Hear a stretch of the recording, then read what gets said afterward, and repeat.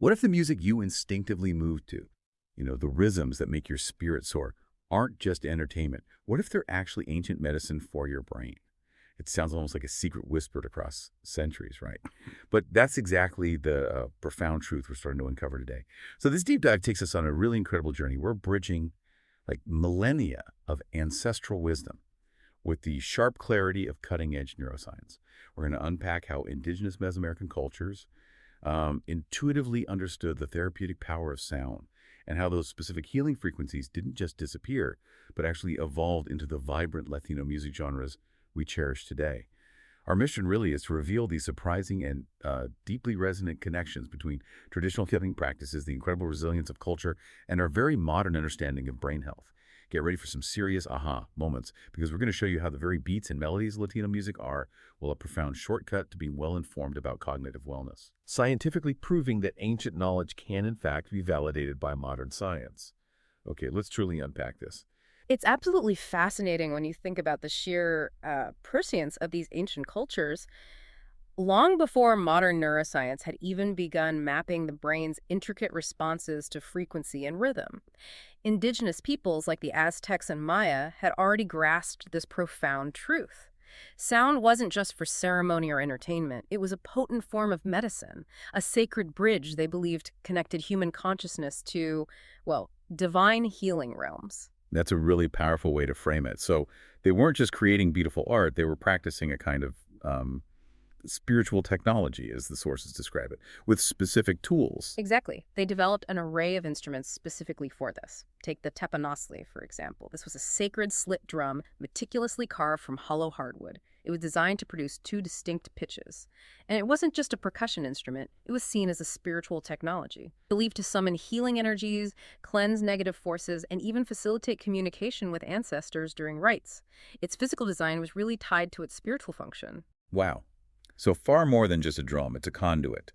What other instruments contributed to these complex therapeutic soundscapes? Well, we're talking about a really rich variety. There were clay ocarinas, which, interestingly, were initially dismissed by early archaeologists as, simple toys, but now they're recognized as complex healing instruments capable of producing specific resonant frequencies. Not just toys, then? Not at all. Then you have bone rattles, specifically the teponaztli, which is considered an early ancestor of the modern güiro, and, of course, various flutes. Together, these instruments created these incredibly intricate soundscapes, carefully crafted for specific therapeutic effects. Okay, and this is where it gets really intriguing for me. The sources mention that Mesoamerican shamans used specific rhythmic patterns and frequencies to induce altered states of consciousness. It sounds like they had this intuitive grasp of neuroscience, but without any of our modern gear.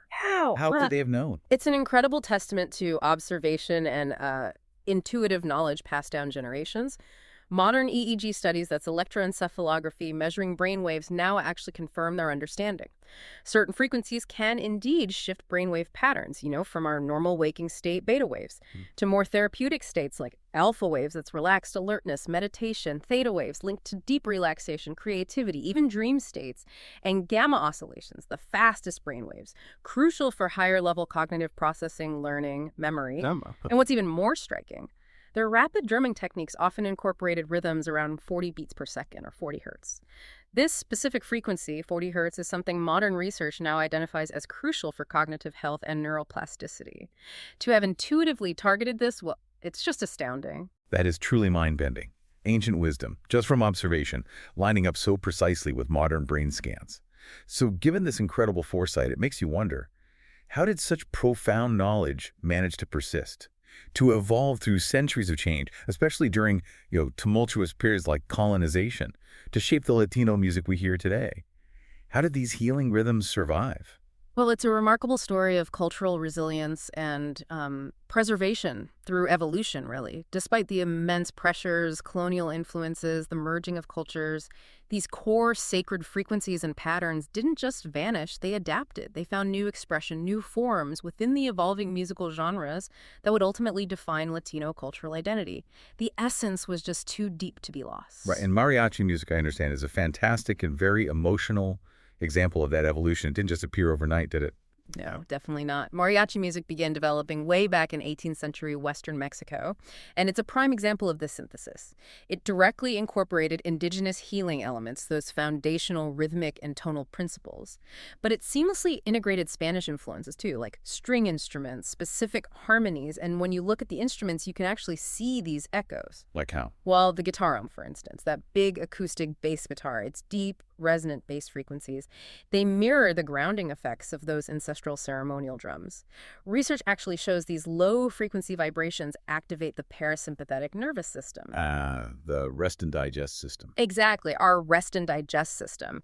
Crucial for promoting healing, reducing stress. So the vibration itself is doing something similar to the old drums, Yeah. calming us down. And the vihuela, the smaller rhythmic guitar. Yes, the vihuela with its sharper rhythmic patterns, it keeps that therapeutic pulse alive. Much like the traditional healing percussion from those ancient ceremonies, it maintains that essential drive. But mariachi also has this incredibly rich emotional architecture, doesn't it? It's known for evoking such powerful feelings. It absolutely does, and a key part of that is its frequent use of the C-sharp minor tonality. Neuroscientists now understand this creates a therapeutic tension release pattern. It's not just a sad key, its melancholic yet ultimately cathartic quality is incredibly effective at facilitating the processing of complex emotions, grief, loss, trauma. These were central functions in traditional purification and healing rituals. It enables what psychologists call emotional granularity. Emotional granularity. Okay, what's that? It's the ability to identify, articulate, and really process distinct complex emotions rather than just feeling generally bad or overwhelmed. So you could say a mariachi ensemble isn't just performing. In a way, they're facilitating a collective emotional and psychological release. Wow. That's a truly powerful insight into the therapeutic heart of mariachi. Okay, so mariachi for motion. Yeah. What about cumbia? It's got that infectious rhythm. Feels more celebratory maybe, but does it also carry these ancient healing patterns? It most certainly does. Cumbia, born in Colombia with its rich mix of African American, European, and indigenous influences, it crucially preserved a fundamental therapeutic element, that double beat pattern. It was absolutely central to ancestral healing traditions. Traditional cumbia uses indigenous gaitas, those long flutes, the tambor bass drum for that deep pulse, and various percussion claves, shakers, griros. These instruments, just by how they're made and played, maintain frequency ranges and rhythmic patterns that align directly with those original healing traditions. I'm intrigued by the claver rhythm. It's so iconic, right? The backbone of so many Latin genres. How does that specifically tie into this ancient healing legacy? Is it more than just a catchy beat? Oh, the clave is a fundamental, and its derivation from pre-Columbian healing practices is quite compelling. These patterns, often featuring those percussion-leaning double beats, they typically fall around 80 to 120 beats per minute BPM. And this range naturally synchronizes with optimal heart rate ranges for relaxation and healing. Wait, really? It syncs with our heart rate. Pretty much, yeah. It mirrors a healthy resting heart rate. So the consistent, steady nature of the clave acts almost like a metronome for the body. It subtly guides the listener towards physiological states that are conducive to healing and rest. This is truly extraordinary. We're talking about modern science actually validating what indigenous healers intuitively knew centuries ago. It's like their wisdom was just waiting for our instruments to catch up and confirm it, which, raises that big question. What other cultural practices might hold similar deep scientific truths just waiting to be explored? Precisely. The convergence is remarkable. It reveals this sophisticated, embedded understanding of brain health within Latino musical traditions. And the 40 Hertz revolution, as some call it, is probably the most striking example of this validation. Okay, yeah, I've heard bits about the 40 Hertz research. It seems like a huge breakthrough. Can you tell us more? What are the implications?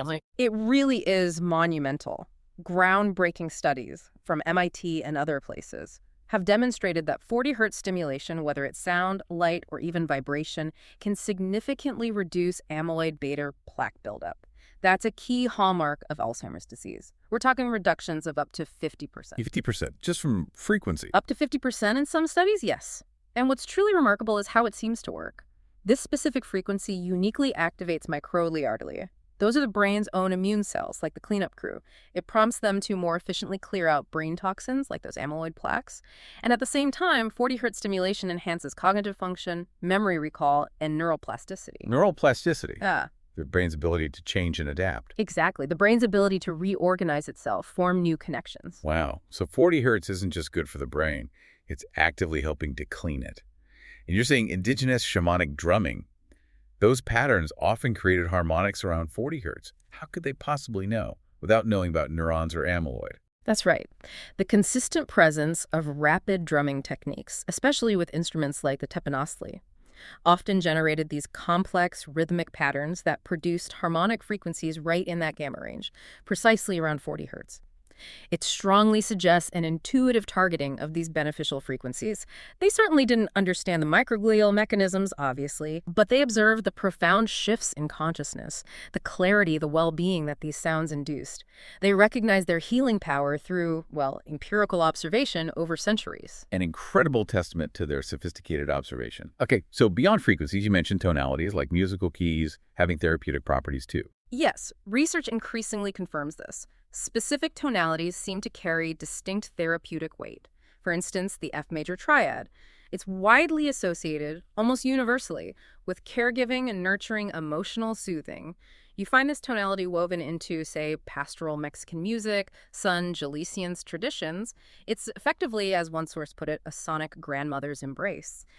This particular sound structure tends to activate those parasympathetic responses, our calming system, which in turn reduces levels of cortisol, the stress hormone, and directly supports emotional regulation. Okay, the sonic grandmother's embrace. I like that.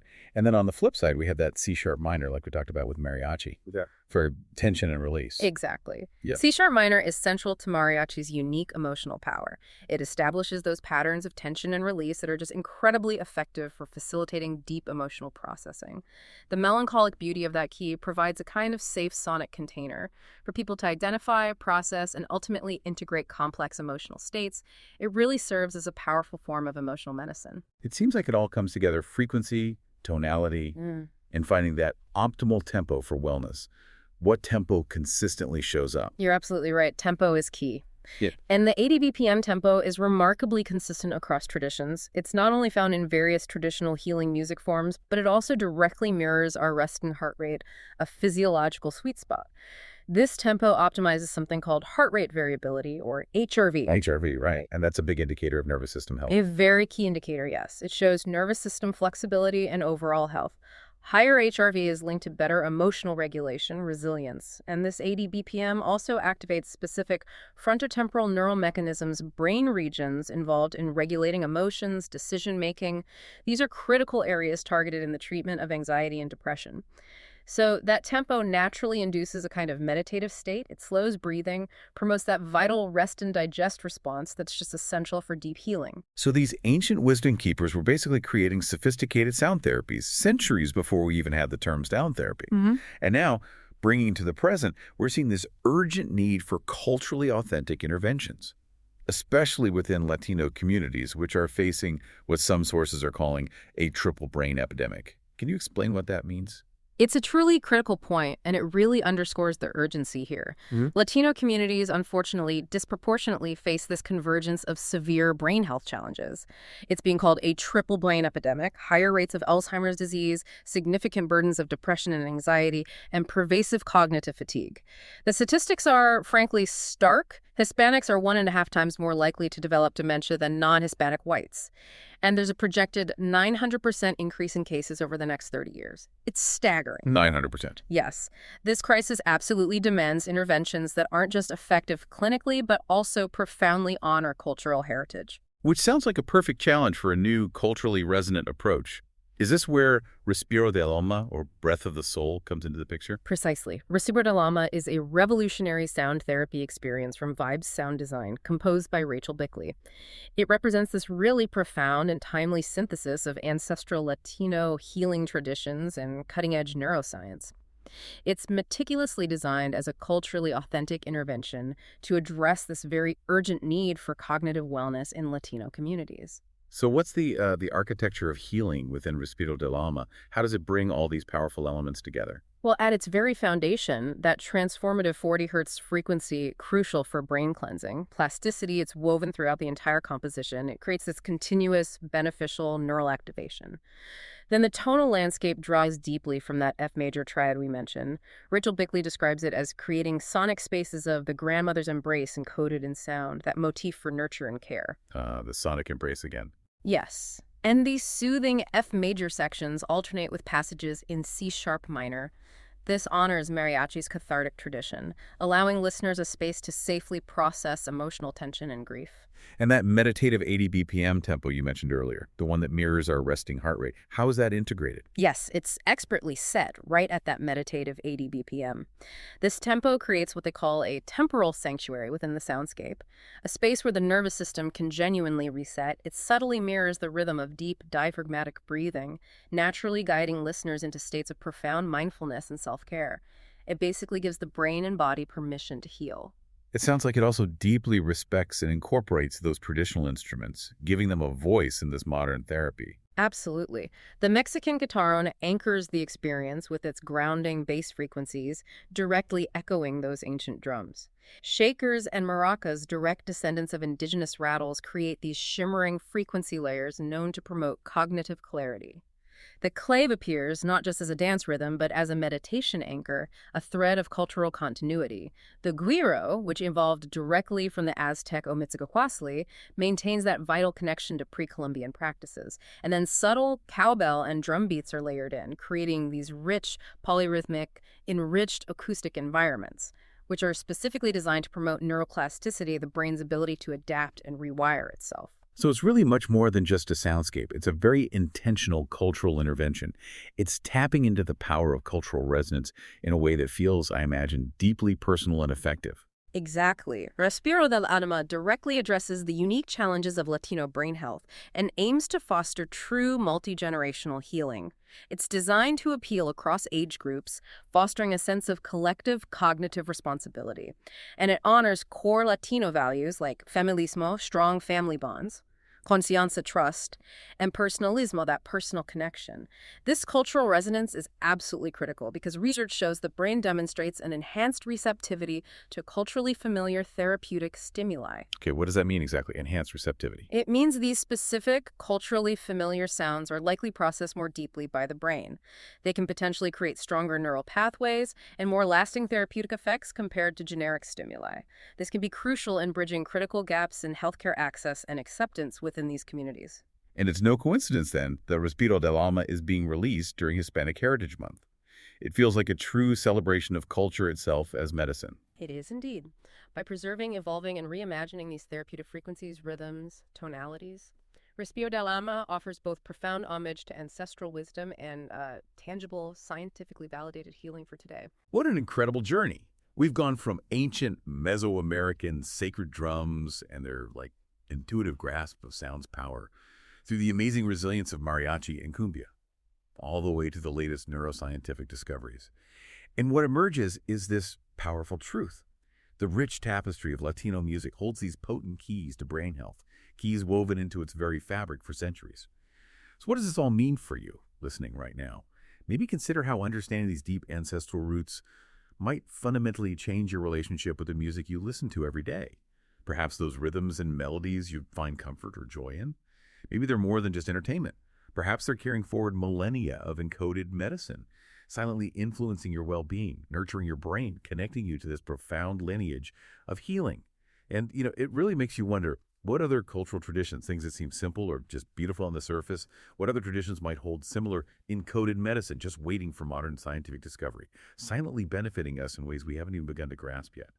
What a thought to carry with you.